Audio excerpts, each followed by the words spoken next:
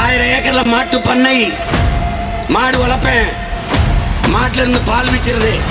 நீ மாடை வாங்குறவாச்சு தூக்கச்சட்டியில பழசுரை வச்சுக்கிட்டு அதுல உப்பை முடிச்ச போட்டு ஊறுகாய தூக்கிட்டு போக வேண்டியதில்ல ராஜா. சிசிடிவி கேமரா, கண்ணாடி அறை, அதுல கண்காணிப்பு கருவி, குளிர் ஊட்டப்பட்ட அறை, எல்லா இடத்துலயும் சிசிடிவி. அப்படியே உட்கார்ந்து பார்த்துக்க வேண்டியதான். இந்த செவலை எங்கடா போறான், அங்க எங்கடா போறான், அப்படா பாடுறா. அங்க 100 ஏக்கர்ல 10 ஏக்கர் 15 ஏக்கர் குளம் வெட்டிடுவேன். மாட்டுக்கு தீவனம், வாகை, அகத்தி, புல்லு எல்லாம் வளர்த்து வச்சிருவேன். அவன் பாடு சாப்பிட்டுருப்பான். அவன் எத்தனை லிட்டர் பால் கறக்குறான் கணக்கு. ஆனால் இந்த மாடு போடுகிற சாணி, அந்த எரு, அந்த கழிவு, அவன் தின்னுட்டு போடுற புல்லு மிச்சம், அதையெல்லாம் வேக்கம் கிளீன். உங்க வீட்டுல குப்பைகளுக்கு வேக்கம் கிளீன் வச்சிருக்கீங்க இல்லையா, அது மாதிரி உறிஞ்சதுக்கு நான் ஒரு கருவி வச்சிருப்பேன்.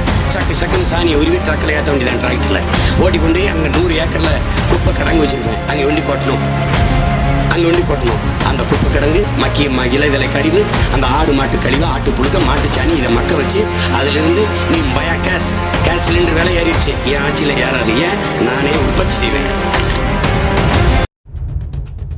மாற்றத்தை விரும்பும் மக்களின் மாநாடு. மாறுவோம், மாற்றுவோம். இது மாற்றத்திற்கான எளிய மக்களின் புரட்சி.